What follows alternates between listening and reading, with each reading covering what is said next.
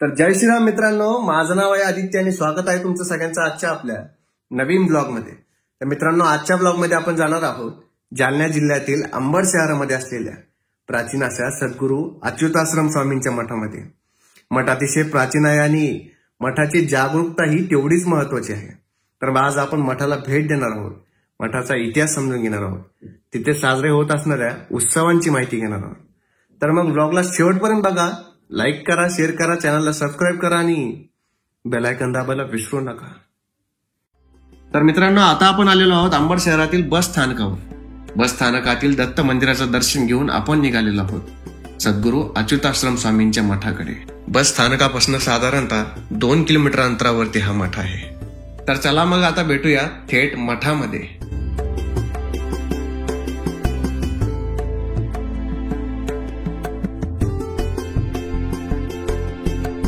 तर मित्रांनो, आता आपण आलेलो आहोत अंबड शहरातील वेशीमध्ये। याच वेशीला अंबडमध्ये महाराष्ट्र द्वार असेही म्हटले जाते।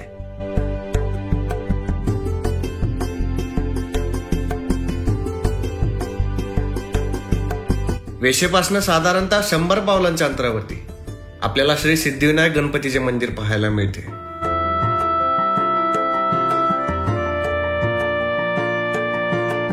गणपती मंदिरापासून समोर आल्यानंतर आपल्याला एक चौक बघायला मिळतो।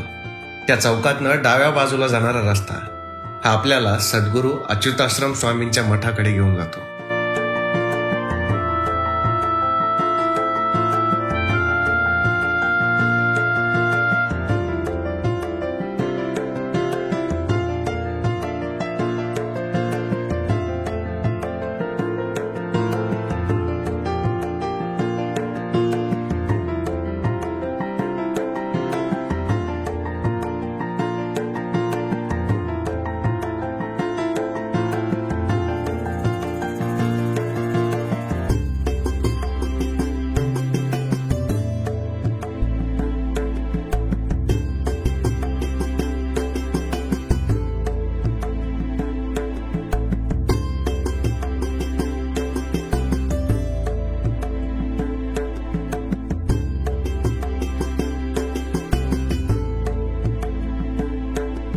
तर मित्रांनो, आता आपण पोहोचलेलो आहोत सद्गुरू अच्युताश्रम स्वामींच्या मठामध्ये।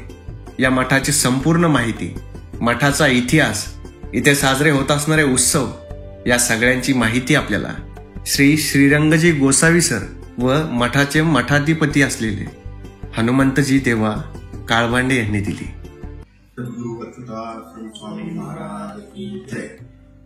अंबड स्थित सद्गुरू अच्युताश्रम स्वामी महाराजांचा हा मठ आहे। 200 वर्षांपूर्वी स्वामींनी त्या ठिकाणी संजीवन समाधी अशा पद्धतीची घेतलेली आहे आणि अंबड नव्हे तर जालना जिल्ह्यातील मराठवाड्यातील एक अत्यंत जागृत मठ म्हणून स्वामींच्या मठाकडे पाहिले जाते। समर्थ भक्त कैलासवासी ॲडव्होकेट मधुकर अण्णा गोसावी यांनी आपल्या आयुष्यामध्ये सद्गुरू अच्युताश्रम स्वामींवर खूप मोठं संशोधन हे केलं। त्यांच्यावर ओवीबद्ध 18 अध्यायी एक चरित्र ग्रंथ सुद्धा हा लिहिलेला आहे। त्या ग्रंथाचं पारायण दरवर्षी मठामध्ये सर्व भक्तजन हे मोठ्या उत्साहानं करत असतात। त्या ग्रंथामध्ये सद्गुरूंविषयीची इत्यंभूत अशी माहिती ही आज सर्वसामान्य भक्तांना ही उपलब्ध झालेली आहे। सद्गुरू अच्युताश्रम स्वामींचं बालपणीचं नाव राघव। राघवांचा जन्म अंबड तालुक्यातील गोंदी या गावामध्ये झाला। चरित्रामध्ये असा उल्लेख आहे की राघवांना वयाच्या 14व्या वर्षी प्रत्यक्षात श्रीरामचंद्रांचं दर्शन हे झालं। त्यानंतर त्यांची वृत्ती उदासीन बनली आणि त्यांनी सद्गुरूचा शोध हा सुरू केला। राघवांनी ज्यावेळेस सद्गुरूंचा शोध सुरू केला त्यावेळेस खूप मोठ्या प्रमाणामध्ये भटकंती हे त्यांनी केली आणि शेवटला बीड जिल्ह्यामध्ये ओयाळ या गावामध्ये त्यांना आपल्या सद्गुरू हे त्यांनी शोधले आणि त्या ठिकाणी असलेले यादव स्वामी समर्थ संप्रदायी हे त्यांनी त्यांच्या पूर्वायुष्यामध्ये हे सद्गुरू म्हणून हे लाभलेले होते। नंतर ज्यावेळेस राघवांनी आध्यात्मिक परंपरा चालवली, गृहस्थाश्रम सुद्धा केला, त्यानंतर वानप्रस्थाश्रम स्वीकारला आणि वानप्रस्थाश्रमानंतर राघवांनी संन्यासाश्रम जो आहे हा संन्यासाश्रम स्वीकारला आणि संन्यासाश्रमामध्ये त्यांचे गुरु गोंदीचे असलेले रामानंद स्वामी हे झाले. संन्यासाश्रम स्वीकारल्यानंतर रामानंद स्वामींनी त्यांना अच्युताश्रम हे नाव हे दिले. चरित्रामध्ये असा उल्लेख आहे की संन्यास घेतल्यानंतर साधारणपणे 22 ते 25 वर्षाचा काळ त्यांनी अंबडमध्ये हा व्यतीत केलेला आहे. अंबडमध्ये दक्षिण वेशीला स्वामी आले, त्या ठिकाणी त्यांचं काही काळ हे वास्तव्य राहिलं आणि गावातील भक्त मंडळींच्या आग्रहावरून हा या ठिकाणी असलेला जो सध्या असलेला जो निर्गुण मठ आहे, या निर्गुण मठामध्ये स्वामी वास्तव्यास आले. त्या काळामध्ये फक्त मठच होता, बाकी काही उपास्य देवता जी आहे ती उपास्य देवता ही मठामध्ये नव्हती. आणि स्वामींना असं लक्षात आलं की लोकांना निर्गुण भक्ती जी आहे ती चालत नाही, त्याच्यासाठी म्हणून काहीतरी सगुण साकार अशा पद्धतीचं रूप, देवतेचं रूप हे आवश्यक आहे. म्हणून स्वामींनी त्यांचे आराध्य असलेले प्रभू रामचंद्र, त्यांचे दासानुदास सेवक असलेले हनुमंतराय जे आहे त्या हनुमंतरायाची स्थापना ही मठामध्ये केली. आपल्याला या ठिकाणी दिसत असेल समोर सद्गुरूंची समाधी आहे आणि पाठीमागे जो आहे ही हनुमंतराय हे आपल्याला दिसत आहे.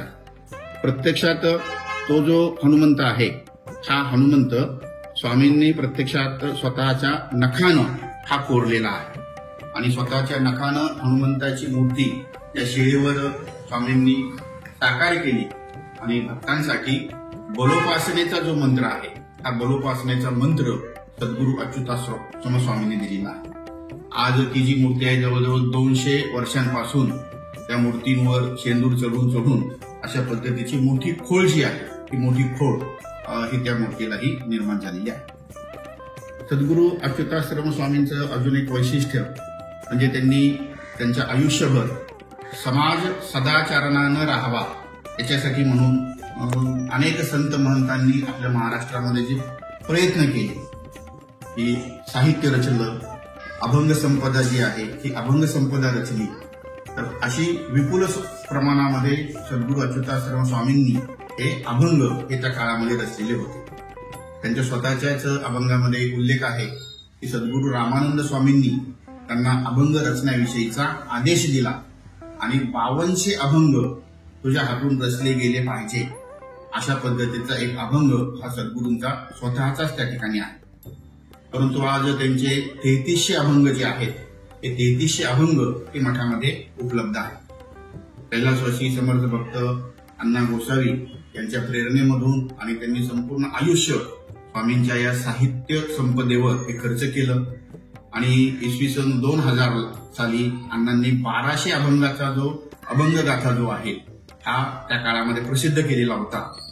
आणि यावर्षी सद्गुरूंची जी 200वी पुण्यतिथी झाली, त्या 200वी पुण्यतिथीच्या निमित्तानं मठातर्फे उर्वरित सर्व अभंग आणि अभंगाचा पहिला गाथा असा 3300 अभंगाचा अभंगगाथा हा यावर्षी प्रकाशित झालेला आहे.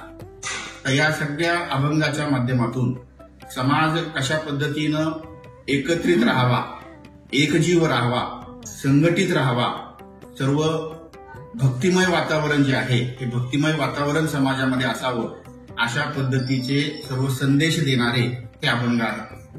त्या अभंग गाथेचं सुद्धा पारायण दरवर्षी भक्तजन मठामध्ये मोठ्या उत्साहानं हे साजरे करतात.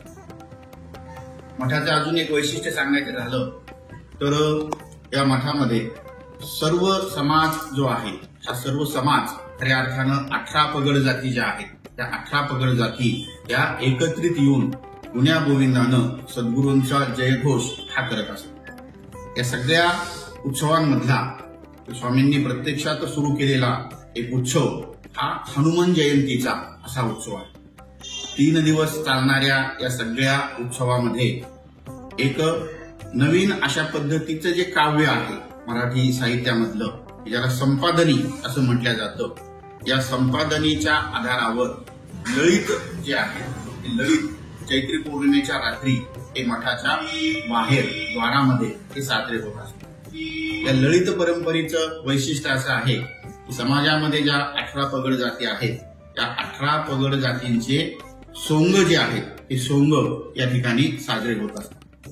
उदाहरणार्थ भराडी असेल, गोंधळी असेल, वासुदेव असेल, बैरागी असेल, वाघ्या मुरळी असेल, अशा समाजामधल्या ज्या वेगवेगळ्या जाती आहेत त्या जातींचे असलेले जे आराध्य दैवत जे आहेत त्या आराध्य दैवताची आराधना या सर्व सोंगांमध्ये संपादनेच्या माध्यमातून तशा पद्धतीचं काव्य हे सद्गुरू अच्युताश्रम स्वामींनी हे लिहिलेलं आहे. आणि या सगळ्या काव्याच्या माध्यमातून सर्व समाज हा एक सूत्रामध्ये गुंफल्या जावा, भक्तिभावामध्ये गुंफल्या जावा अशा पद्धतीचा उद्देश छान सद्गुरूंनी जे काव्य लिहिलेलं आहे या काव्याच्या माध्यमातून सर्व समाज हा निश्चितपणानं एकजीव समरस होण्यास त्या काळापासून हे आस्था गायत ही मदत ही मिळालेली आहे.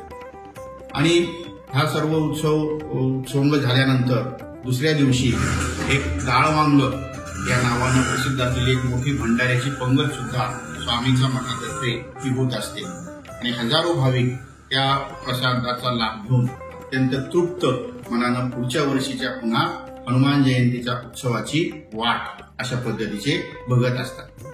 तर असा हा सद्गुरूंनी स्वतःच सुरू केलेला हनुमान जयंतीचा उत्सव आजही भक्त भाविक खूप मोठ्या प्रमाणामध्ये मठामध्ये हा साजरा करतात.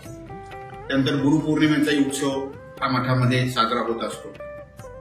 सद्गुरूंनी जी समाधी घेतलेली आहे ही श्रावण शुद्ध द्वादशी चके 1745 त्यालाही यावर्षी 200 वर्षे पूर्ण झाली. हा सद्गुरूंचा पुण्यतिथीचा उत्सव हा सुद्धा अत्यंत मोठ्या भक्तिभावानं सद्गुरूंच्या मठामध्ये हा साजरा होत असतो. त्यानंतर चौथा उत्सव जो आहे हा दासनवमीचा उत्सव हा मठामध्ये साजरा होत असतो. या चारही उत्सव साजरे करत असताना एक वैशिष्ट्य हे आहे ते म्हणजे भिक्षाखेरीच्या माध्यमातून हे चारही उत्सव हे मठामध्ये साजरे होतात. गावामध्ये या चारही उत्सवाच्या वेळेस सप्ताहभर धान्य भिक्षा मागितली जाते. घरोघर मठपती घरोघर जातात, त्यांच्यासोबत शिष्यांचा समुदाय असतो आणि मनाच्या श्लोकाच्या जयघोषामध्ये संपूर्ण गावामध्ये भिक्षाफेरीच्या माध्यमातून जे काही धान्य निर्माण होतं, जे काही धान्य मठामध्ये येतं त्या धान्याच्या माध्यमातून हे चारही उत्सव हे साजरे होत असतात. मठाचं अजून एक महत्वपूर्ण वैशिष्ट्य म्हणजे या मठामध्ये पूर्वीपासूनच कसल्याच पद्धतीची इलेक्ट्रिसिटी लाईटची व्यवस्था ही नाहीये. हे संपूर्ण मठ जो आहे हा गोडे तेलाच्या दिव्यावर अशा पद्धतीनं हा चालतो. त्याचं कारण असं आहे की सर्व गोड तेलाच्या दिव्याच्या माध्यमातून एक प्रसन्न आणि शांत चित्ताचं जे वातावरण आहे हे मठामध्ये सायंकाळच्या वेळी हे तयार होत असतं आणि सर्व भक्त भाविक सुद्धा त्या वातावरणामध्ये रममान अशा पद्धतीचे होत असतात. 1998 साली मठामध्ये एक रामनाम जपाचा खूप मोठा उत्सव त्या काळामध्ये साजरा झालेला होता. 1990 साली रामनाम जपाचा संकल्प सोडण्यात आला आणि सर्व भाविकांनी मठामध्ये येऊन 13 कोटी रामनाम हे त्या काळामध्ये केलं आणि त्याचा स्वाहाकार म्हणून 1998ला खूप मोठा रामनाम जपाचा यज्ञ या मठामध्ये झाला. तेव्हापासून सर्व भाविकांना एक सवय झाली की कोणीही मठामध्ये दर्शनाला आलं की कमीत कमी एक माळ तरी श्रीराम जयराम जय जय राम या त्रयोदशाक्षरी मंत्राचा जप हा करतात आणि त्या सगळ्या गोष्टीचा अनुभव जो आहे तर यावर्षी इसवी सन 2023 साली सर्व भक्त भाविकांनी मिळून सद्गुरूंची जी 200वी पुण्यतिथी साजरी केली. त्या 200वी पुण्यतिथीच्या निमित्तानं 3 वर्ष अगोदर सर्वांनी या उत्सवाची तयारी मठामध्ये सुरू केलेली होती. वेगवेगळे उपक्रम जे आहेत या निमित्तानं साजरे करण्यात आले. त्यामध्ये 13 कोटी रामनाम जपाचा पुन्हा एकदा संकल्प सोडण्यात आला. परंतु सर्व भक्त भाविकांनी एवढा प्रचंड प्रतिसाद त्या रामनाम जपाच्या यज्ञामध्ये दिला की 3 वर्षाच्या काळामध्ये 65 कोटीपेक्षाही जास्त रामनाम जप हा सर्व भक्त भाविकांनी त्या काळामध्ये केलेला होता. त्या सर्व रामनामाच्या शक्तीच्या आधारावर सद्गुरूंची 200वी पुण्यतिथी अत्यंत उत्साहाच्या आणि भक्तिभावाच्या वातावरणामध्ये ही साजरी झालेली अंबड शहराने हे बघितलेली आहे.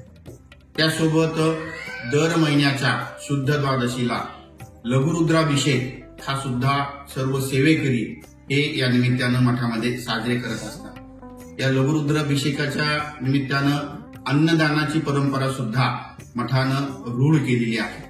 असे वेगवेगळे पद्धतीचे उत्सव सद्गुरूंच्या मठामध्ये हे साजरे होत असतात.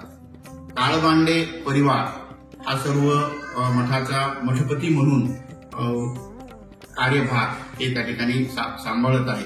त्या ठिकाणी हनुमंत महाराज काळबांडे आहेत, सुभाष महाराज काळबांडे आहेत, रंगनाथ महाराज काळबांडे आहेत, संतोष महाराज काळबांडे आहेत, देवेश महाराज आणि शशांक महाराज काळबांडे अशी सर्व काळबांडे परिवार हे मठपती म्हणून आज सद्गुरू अच्युताश्रम स्वामींच्या मठामध्ये हे कार्यरत आहे.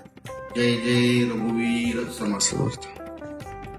श्रीरंगजी गोसावी सर व मठाधिपती हनुमंतजी देवा काळबांडे यांनी आपल्याला केलेल्या सहकार्याबद्दल त्यांचं खूप खूप धन्यवाद. ब्लॉगला शेवटपर्यंत पाहण्यासाठी तुमच्या सर्वांचं धन्यवाद. ब्लॉगला लाईक करा, शेअर करा, चॅनलला सबस्क्राईब करा आणि बेल आयकन दाबायला विसरू नका. तर चला मग भेटूयात आपल्या पुढच्या ब्लॉगमध्ये. तोपर्यंत जय जय रघुवीर समर्थ.